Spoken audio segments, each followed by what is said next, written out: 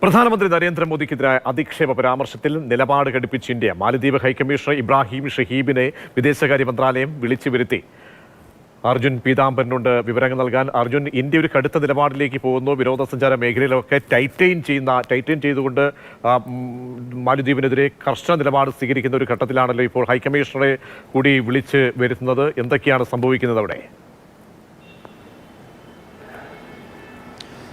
പ്രജീഷ്, തീർച്ചയായിട്ടും ഈ അധിക്ഷേപ പരാമർശത്തിൽ എന്തായാലും നിലപാട് കടുപ്പിക്കാൻ തീരുമാനിച്ചിരിക്കുകയാണ് ഇന്ത്യ. അതിൻ്റെ ആദ്യഘട്ടം എന്നോളമാണ് ഇപ്പോൾ ഹൈക്കമ്മീഷണറെ വിളിച്ചു വരുത്തി ഒരു കൂടിക്കാഴ്ച നടത്തിയിരിക്കുന്നത്. എന്തൊക്കെയാണ് ചർച്ചയായത് എന്നുള്ള കാര്യത്തിൽ ഇതുവരെയും വിദേശകാര്യ മന്ത്രാലയം ഔദ്യോഗികമായിട്ടുള്ളൊരു പ്രസ്താവനയോ വിശദീകരണമോ നടത്തിയിട്ടില്ല. അത് ഒരുപക്ഷെ വരും മണിക്കൂറിൽ തന്നെ ഇന്ത്യ, പ്രത്യേകിച്ചും വിദേശകാര്യ മന്ത്രാലയം വിദേശകാര്യ വക്താവ് വ്യക്തമാക്കും എന്നുള്ള കാര്യം തന്നെയാണ് പ്രതീക്ഷിക്കുന്നത്. കഴിഞ്ഞ ദിവസം ഈ മാലദ്വീപ്സ് ഉൾപ്പെടെ ഈ മോദിക്കെതിരായ അധിക്ഷേപ പരാമർശത്തിൽ കർശനമായിട്ടുള്ള നടപടി എടുത്തിരുന്നു. പ്രത്യേകിച്ച് മൂന്ന് മന്ത്രിമാർക്കെതിരെ അച്ചടക്ക നടപടി എടുക്കുന്നതും സസ്പെൻഡ് ചെയ്യുന്നതും ഉൾപ്പെടെ കടുത്ത നടപടി എടുത്തിരുന്നു. എന്നാൽ അതിന് പിന്നാലെ ഇന്ത്യയും ആ ഒരു അധിക്ഷേപ പരാമർശത്തിൽ കൂടുതൽ കടുപ്പിക്കുകയാണ്, നിലപാട് കുറച്ചുകൂടി കടുപ്പിക്കുകയാണ് എന്ന് ഇതിലൂടെ തന്നെ വ്യക്തമാവുന്നുണ്ട്. എന്തായാലും ഇതിന് പിന്നാലെയാണ് നിലവിൽ ഹൈക്കമ്മീഷണറെ വിളിച്ചു വരുത്തി ഒരു കൂടിക്കാഴ്ച വിദേശകാര്യ മന്ത്രാലയം നടത്തിയിരിക്കുന്നത്. പെട്ടെന്നുള്ളൊരു കൂടിക്കാഴ്ചയായിരുന്നു.